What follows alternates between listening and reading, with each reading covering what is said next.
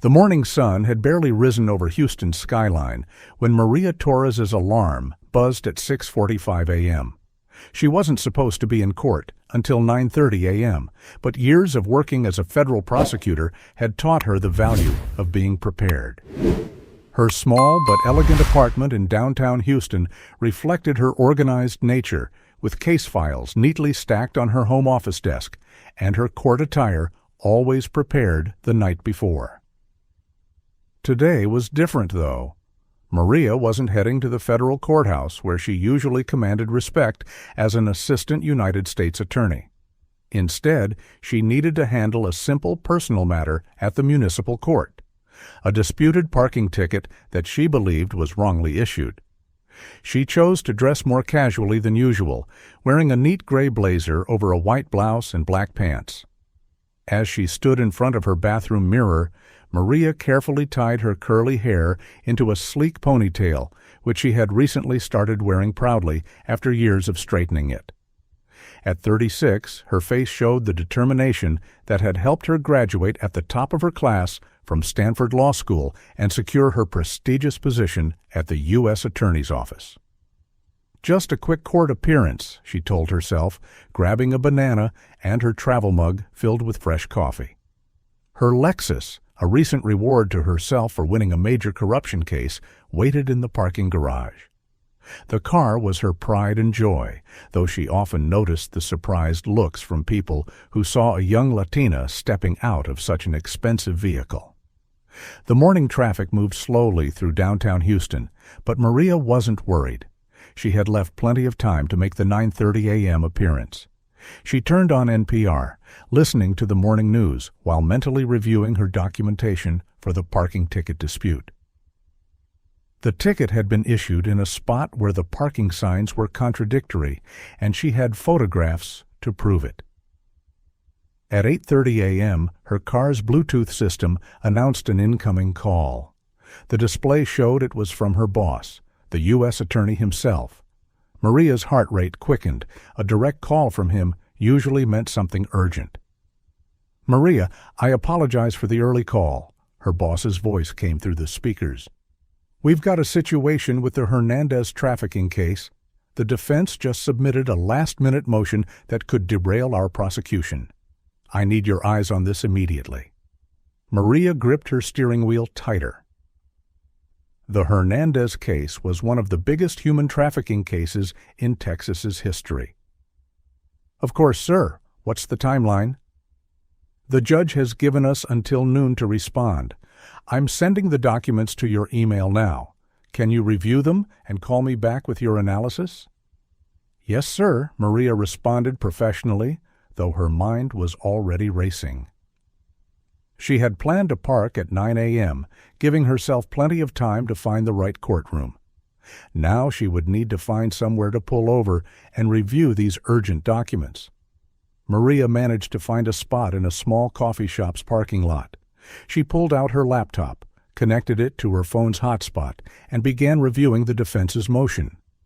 The legal arguments were complex, and she found herself taking detailed notes.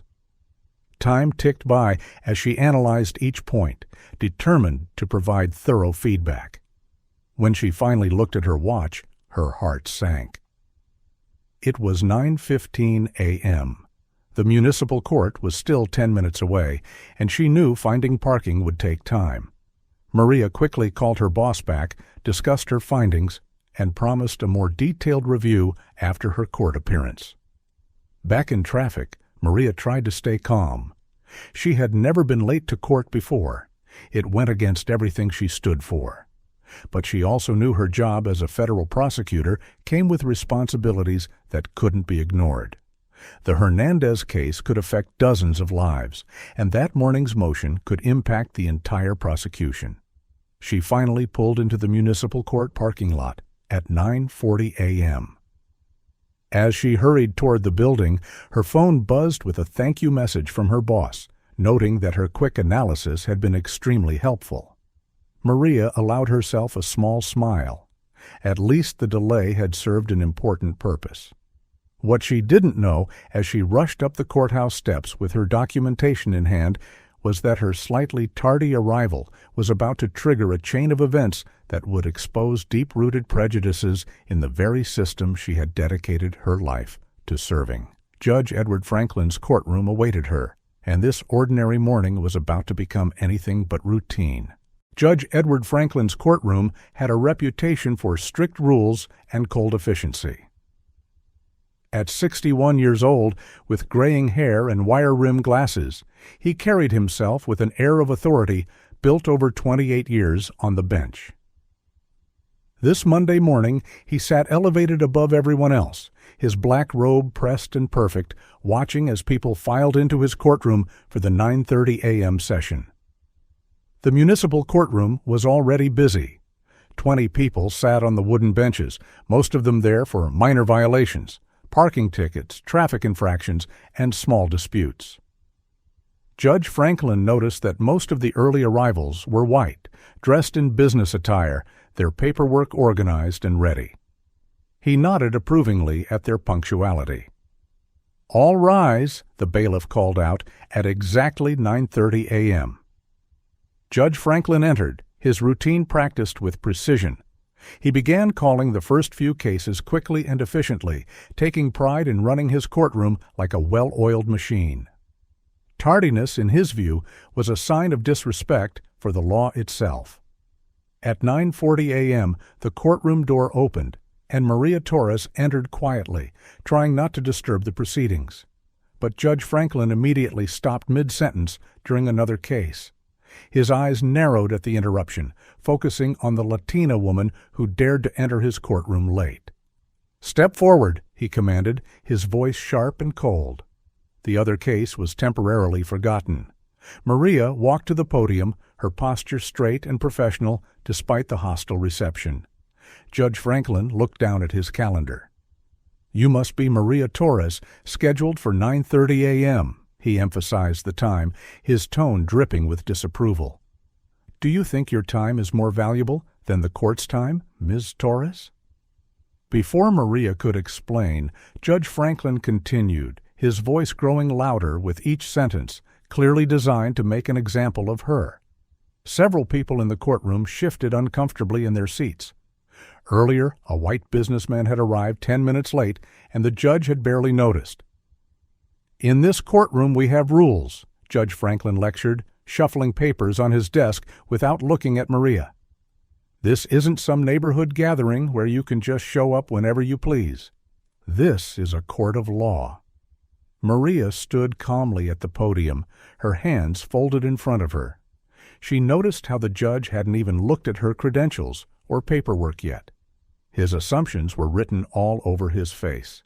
She could see it in the way his eyes dismissed her professional attire, the way he spoke to her as if she were a child. The bailiff, an older black man named Robert Gaines, watched the scene with growing concern. In his 18 years in this courtroom, he had seen this pattern before. He caught Maria's eye briefly, giving her a subtle look of understanding. "Your Honor, if I may explain," Maria began, her voice steady and professional. "You may not," Judge Franklin interrupted. "I've heard every excuse in the book: car trouble, traffic, personal emergency. None of that matters here. The time was set for 9:30 a.m. He picked up his gavel as if the simple presence of it would emphasize his authority.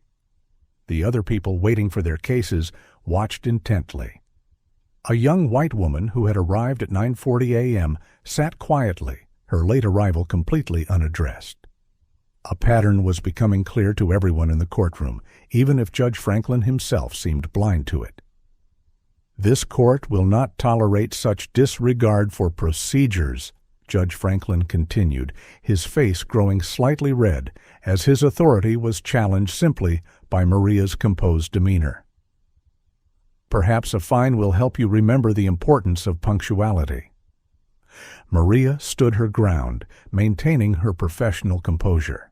She had faced prejudice before in her career, but this was different. This was a clear abuse of power happening in real time, in front of witnesses, in the very system she had sworn to serve. The tension in the courtroom grew thick. Other defendants watched with a mixture of sympathy and concern. The court clerk, a middle-aged woman who had worked with Judge Franklin for years, looked increasingly uncomfortable as she typed the proceedings into her computer. What Judge Franklin didn't realize as he prepared to announce his punishment was that his next words would set in motion a series of events that would challenge not just his authority, but the entire system's approach to equal justice under the law. The real shock of the morning was yet to come. Judge Franklin leaned forward in his high-backed leather chair, his face stern as he prepared to deliver his punishment. The morning sunlight streaming through the tall courtroom windows cast harsh shadows across his features, making him look even more imposing than usual. "Ms. Torres," he announced, his voice echoing through the now silent courtroom, "this court hereby fines you $500 for contempt." He paused, letting the amount sink in. It was one of the highest fines he had given for tardiness this year, though he didn't mention this fact. Maria stood perfectly still at the podium, her mind quickly noting every detail of this interaction. She observed how the judge's eyes never quite met hers, how his tone carried that particular edge she had heard too many times before.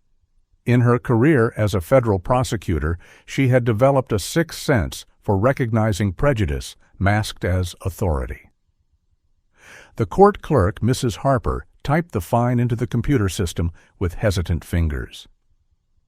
She had been keeping records in this courtroom for 11 years, and something about this situation made her uncomfortable enough to create a separate note in her personal log. Just last week, a white male attorney had arrived 20 minutes late, offering no explanation, and had received only a verbal warning. Furthermore, Judge Franklin continued, seemingly encouraged by Maria's silence, "Let this serve as a lesson in responsibility." He lifted a sheet of paper, pretending to read from it, though it was clearly just for show. The justice system functions on order and respect. Without punctuality, we have chaos. In the gallery, the other defendants watched with varying reactions. A young white man in a business suit checked his watch, remembering that he too had arrived late, but received no comment from the judge. An elderly black woman shook her head slightly, having seen this scene play out too many times before. The bailiff, Robert Gaines, maintained his professional stance by the judge's bench, but his jaw tightened noticeably.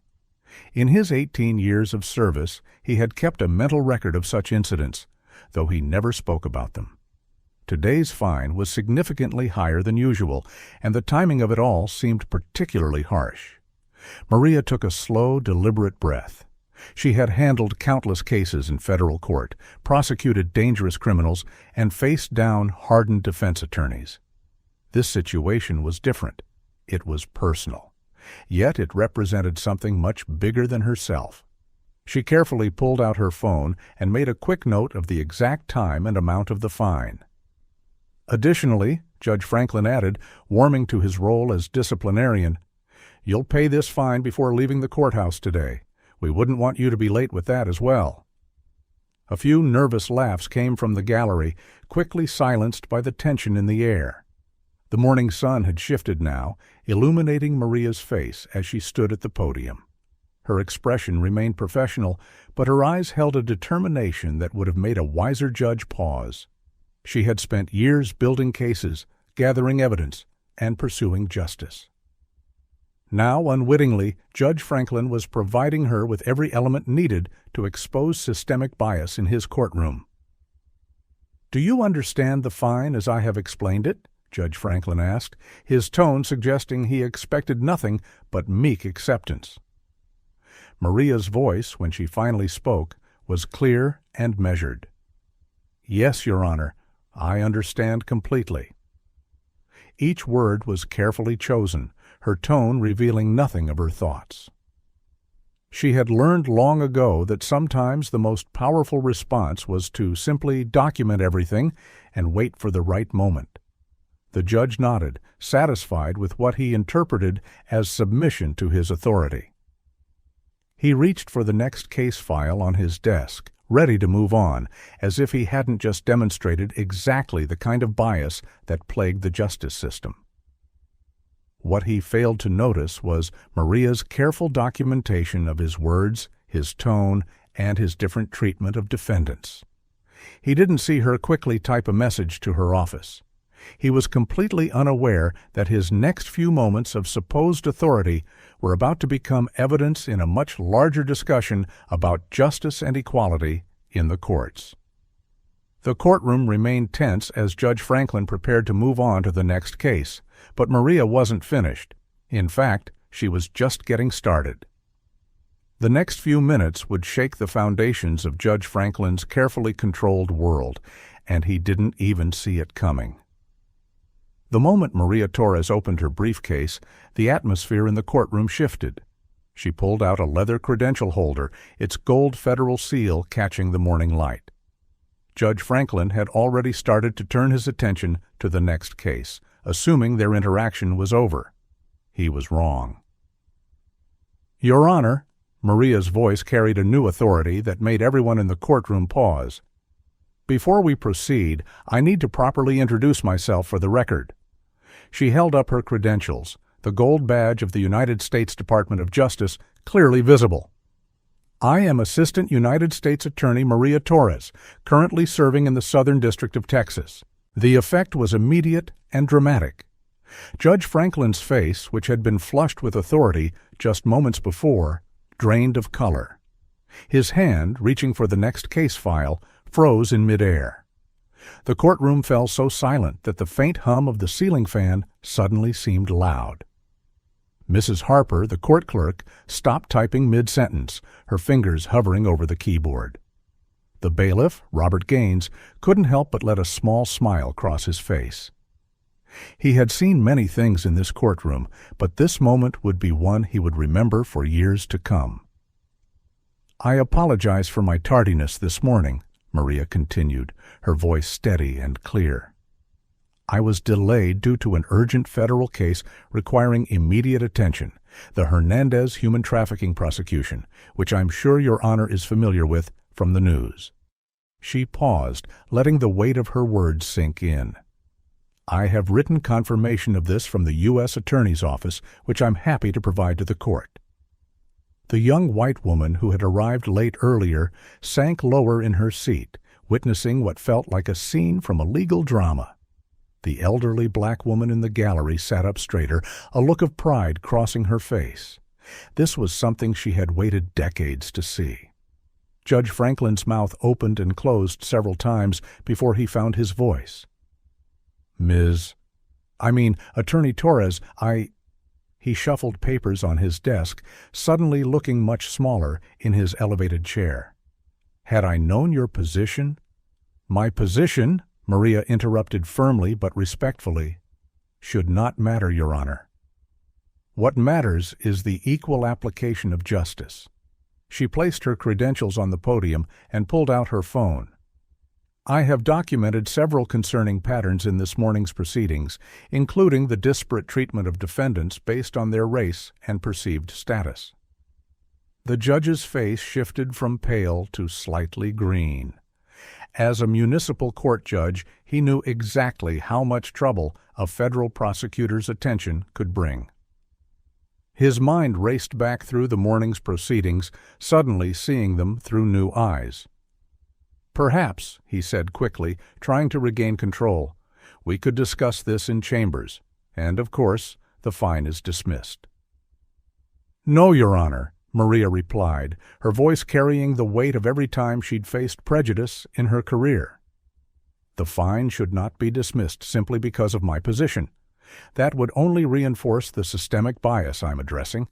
Instead, I believe this presents an opportunity for a broader discussion about equal treatment under the law." The other defendants in the courtroom watched in amazement. Many had their phones out, though court rules prohibited recording. This was the kind of moment they would tell their families about, the day someone finally stood up and named the inequality they had all experienced but rarely could prove. Mrs. Harper was now typing faster than ever, determined to record every word of this historic exchange. She had seen Judge Franklin dress down countless defendants over the years, but she had never seen him face such a powerful and precise challenge to his authority. The morning sun now filled the courtroom completely, illuminating the scene like a spotlight on a stage. Judge Franklin sat in his chair, his authority crumbling around him, while Maria Torres stood tall at the podium, transforming from a defendant into a champion of justice before everyone's eyes. The next words spoken in this courtroom would set the stage for changes that would ripple through the entire judicial system. A simple matter of a parking ticket had become something far more significant, a moment of reckoning that could no longer be ignored. The aftermath of Maria Torres's revelation unfolded like a slow-motion earthquake in Judge Franklin's courtroom. The judge's immediate attempt to backtrack was obvious to everyone present. He shuffled papers on his desk, cleared his throat repeatedly, and adjusted his glasses, clear signs of his growing discomfort. "Attorney Torres," Judge Franklin said, his voice noticeably softer than before, "let me be the first to apologize for this unfortunate misunderstanding." He pressed a button to call his clerk. "We'll have this fine removed from the record immediately." Maria remained standing at the podium, her posture straight and professional. "Your Honor," she replied, her voice firm but measured, "I respectfully decline the dismissal of the fine." Her words caused murmurs throughout the courtroom. "Instead," Maria continued, "I would like to address the larger issue at hand." The other defendants in the courtroom sat forward in their seats. Mrs. Harper, the court clerk, had stopped typing entirely, her fingers frozen above her keyboard. Robert Gaines, the bailiff, moved slightly closer to the center of the courtroom, sensing the historical importance of this moment. "This morning," Maria said, pulling out her phone where she had been taking notes, "I observed 7 people enter this courtroom after the 9:30 a.m. start time. Of those 7, 3 were white professionals who received no comment or reprimand from the bench." She paused, letting the facts sink in. 2 were Asian students who received verbal warnings, and 2 were Black or Latina individuals, myself included, who received the harshest treatment. Judge Franklin's face grew red again, but this time from embarrassment rather than authority. "Now, Attorney Torres, these are very serious allegations you're making," he said, his voice wavering slightly. "I assure you that this court treats everyone equally." "The evidence suggests otherwise, Your Honor," Maria replied calmly. She turned slightly to address the entire courtroom. "In fact, I've already sent a detailed report to my office. As an officer of the federal court, I have a duty to report any patterns of discriminatory behavior in our justice system." A young law student sitting in the back of the courtroom furiously scribbled notes.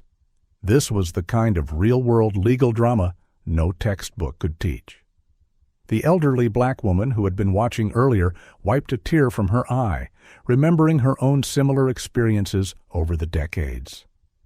"What exactly are you proposing?" Judge Franklin asked, his judicial confidence crumbling with each passing moment.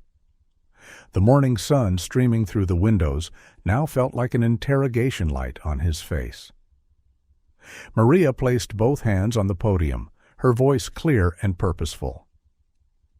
"I propose 3 immediate actions, Your Honor.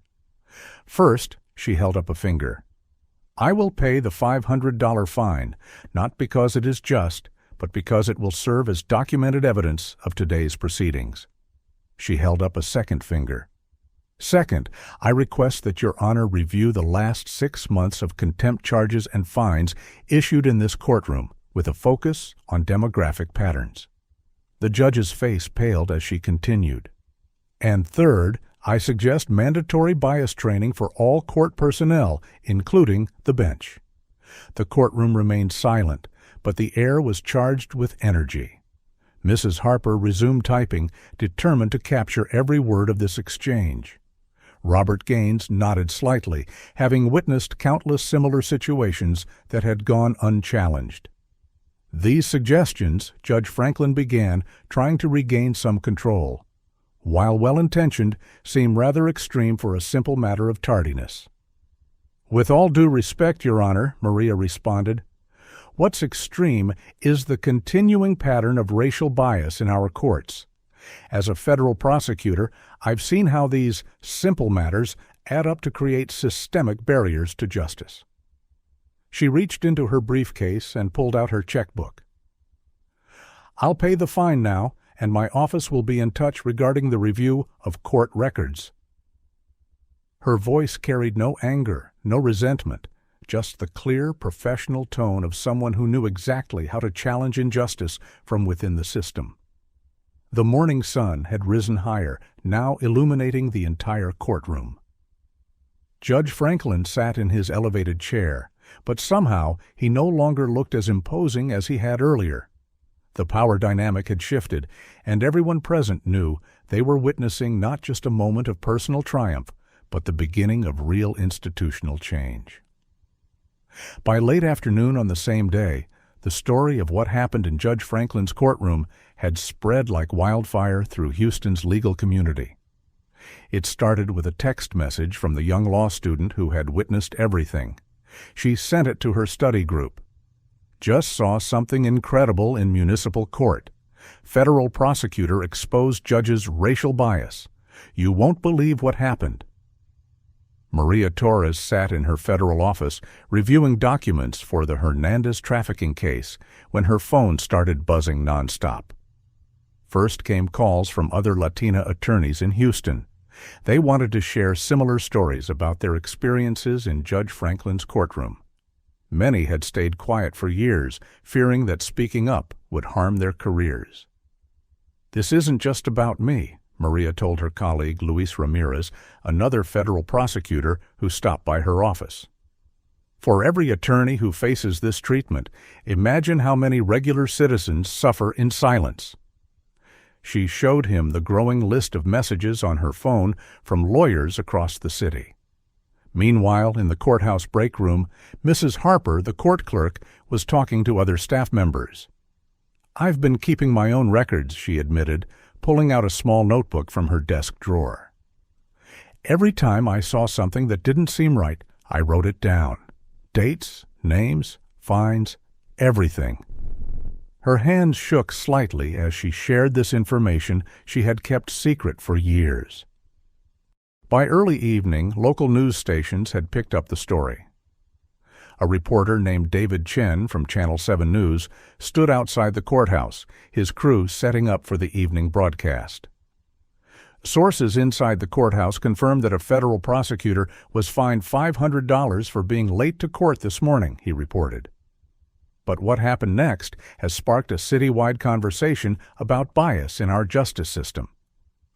The story quickly spread to social media. Now, if Judge Franklin and Dollar Justice is colorblind started trending in Houston. People began sharing their own experiences with the judge, and soon a clear pattern emerged. Former defendants posted about their time in his courtroom, many sharing similar stories of harsh treatment based on their race. Judge Franklin sat in his home that evening, watching the news coverage with growing concern. His phone had been ringing all afternoon, calls from other judges, the Judicial Review Board, and reporters seeking comment. He had served on the bench for nearly 3 decades, and now his entire career was under scrutiny. Maria's office phone rang again, this time from Elena Chavez, a prominent civil rights attorney. "We've been trying to document these patterns for years," Elena explained, "but coming from a federal prosecutor, especially one who experienced it firsthand, this changes everything. Would you be willing to speak at a press conference tomorrow?" In the municipal court filing office, clerks were already pulling records of Judge Franklin's previous cases. The staff whispered among themselves as they noticed the patterns in his fines and sentences.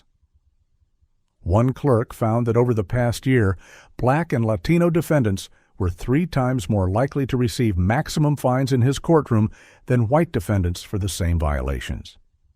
By nightfall, national news organizations had picked up the story. Houston judge faces scrutiny.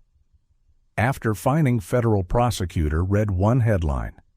Racial bias in Texas courtroom exposed read another. Social media lit up with discussions about systemic racism in the justice system, with Maria's experience serving as a powerful example. The bailiff, Robert Gaines, received several calls from other court officers that evening. "We all saw things," he told them. But this time, someone with power saw it too, and she didn't let it slide. He thought about all the times he had watched similar scenes play out, feeling helpless to stop them. Late that night, Maria sat in her home office, reviewing the hundreds of messages she had received. Legal organizations wanted her to speak at their events. Civil rights groups asked for her help in documenting other cases. Law schools requested her to give guest lectures about standing up to systemic bias. She opened her laptop and began typing a formal complaint to the Judicial Qualifications Commission. This wasn't just about one judge or one incident anymore. It had become something much bigger, a catalyst for change in a system that desperately needed it. As she worked, her phone buzzed with one more message. It was from a young Latina law student. "Thank you for showing us that we can fight the system from within. You've given us hope." 1 week after Maria Torres walked into Judge Franklin's courtroom, the Texas Judicial Qualifications Commission launched a formal investigation into his conduct. The large conference room on the 5th floor of the State Justice Building buzzed with activity as investigators pored over thousands of court records from the past 5 years. Linda Martinez, the lead investigator with 22 years of experience, spread dozens of files across the long wooden table. Her team had been working nonstop, analyzing every case that had come through Judge Franklin's courtroom. The patterns they discovered were impossible to ignore. "Look at these numbers," Linda said to her team, pointing at a spreadsheet on her laptop. In traffic violation cases, Black and Latino defendants paid an average fine of $450, while white defendants paid $150 for the same offenses. She pushed her glasses up and sighed. And that's just the beginning? Down the hall, in a small interview room, Mrs. Harper sat nervously with her personal notebook in front of her. For 11 years, she had kept detailed records of every concerning incident she witnessed in Judge Franklin's courtroom. Now, she finally had the chance to share them. "I noticed the pattern my first year as his clerk," she told the investigators, her hands shaking slightly as she opened her notebook. The way he spoke to people was different, his tone, his words, even the time he gave them to explain their cases. It all depended on what they looked like. The investigation spread beyond just fine records. The team interviewed dozens of former defendants, lawyers, and court staff. Robert Gaines, the bailiff, provided a written statement detailing hundreds of incidents he had witnessed over his 18 years of service.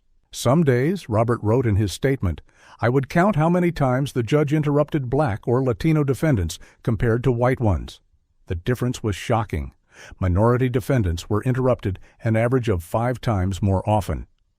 Meanwhile, at the federal courthouse, Maria Torres continued her regular work prosecuting cases.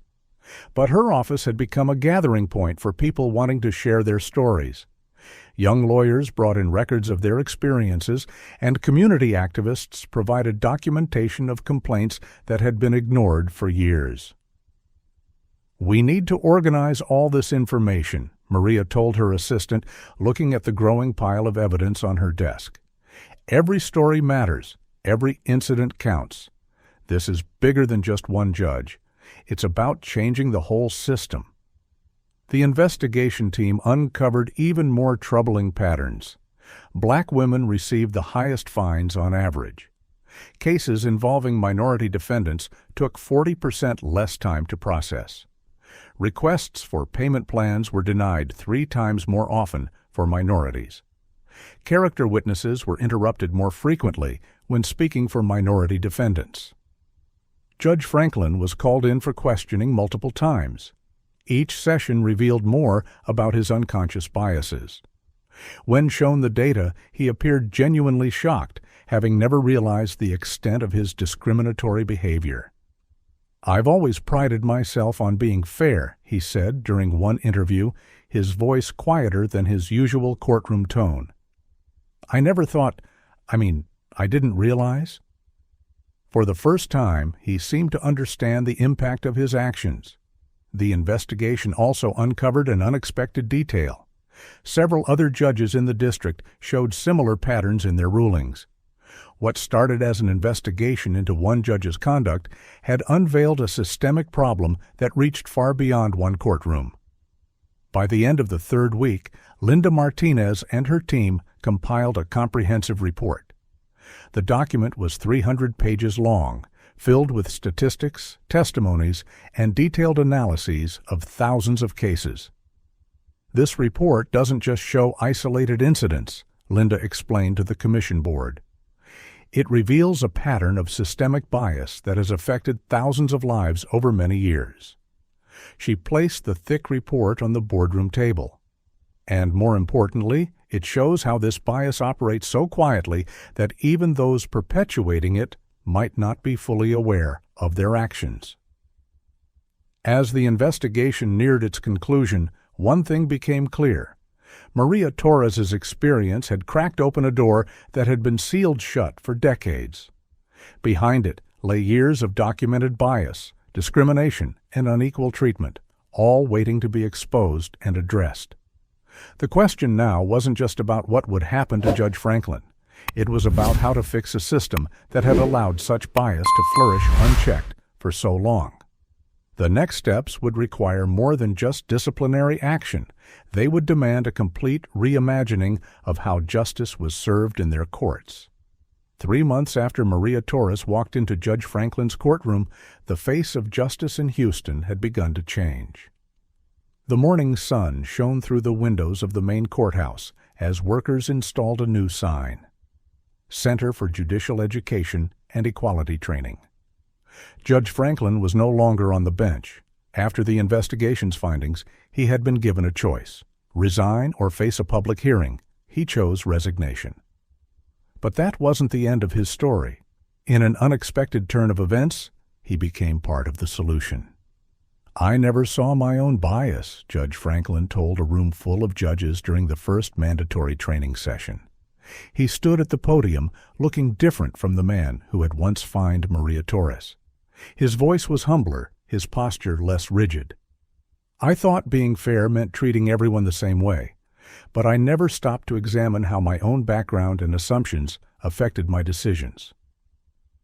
Maria sat in the back of the training room, watching the scene unfold. She hadn't expected this outcome when she stood up in that courtroom 3 months ago. Next to her sat Mrs. Harper, the former court clerk, who had been promoted to head a new court monitoring program. The changes spread far beyond one courthouse. New rules required all courts to keep detailed records of fines, sentences, and judicial conduct. These records were now reviewed monthly by an independent committee that included community members, legal experts, and civil rights advocates. Robert Gaines, the bailiff, had been appointed to lead a new training program for court officers. "We're the eyes and ears of the courtroom," he told his first class of trainees. "It's our duty to speak up when we see unfair treatment. The old days of staying quiet are over." In her federal prosecutor's office, Maria looked at the wall where she had hung her $500 fine receipt in a frame. It had become a symbol of change, reminding everyone who visited her office that one person's stand could make a difference. Below it hung a new photo of her with a group of law students. She now taught a weekly class on ethics and bias in the legal system. The local bar association created a new reporting system for lawyers to document instances of bias. In its first month, the system received over 200 reports, each one investigated thoroughly, creating a clear picture of where problems existed and how to address them. "It's not just about punishing bad behavior," Maria explained to a reporter during an interview. "It's about changing the way we think about justice. Every person who walks into a courtroom deserves to be treated with respect, regardless of their race, gender, or background." The changes weren't limited to Houston. Other cities began adopting similar reforms: mandatory bias training for all court personnel, regular audits of judicial decisions to check for racial disparities, community oversight committees to review court practices, and new guidelines for standardizing fines and sentences. Diversity training also became a required part of law school curricula. One morning, exactly 3 months after the incident, Maria received a letter. It was from the young Latina law student who had witnessed everything that day in court. The student wrote about how that moment had changed her career path. She was now focusing on civil rights law. "You showed me that change is possible," the letter read. "That sometimes all it takes is one person willing to stand up and say, 'This isn't right.'"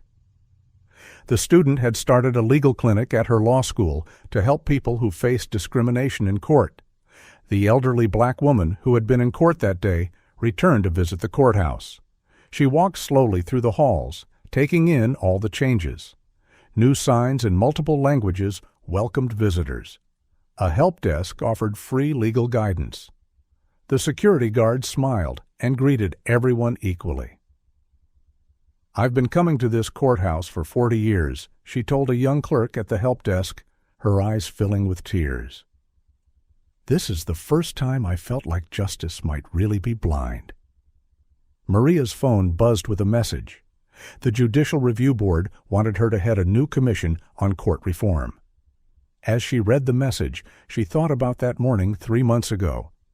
One small moment of standing up for what was right had started a wave of change that was still growing. In the main courthouse lobby, a new plaque had been installed.